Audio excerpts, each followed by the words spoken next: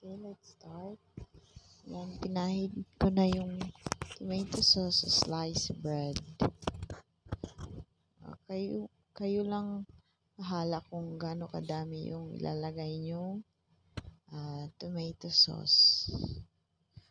Tomato sauce yung gamit ko kasi yun lang available sa ref ko. Lahat ng mga ginamit ko dito is mga tira-tira.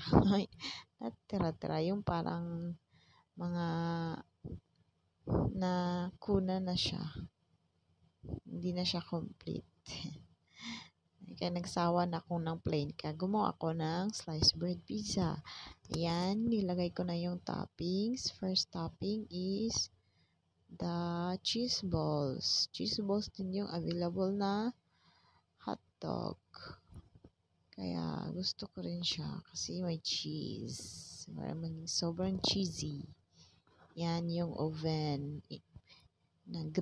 Nag-heating na ako. Ongoing na yung heating ng oven para pagkasalang madali siyang maluto.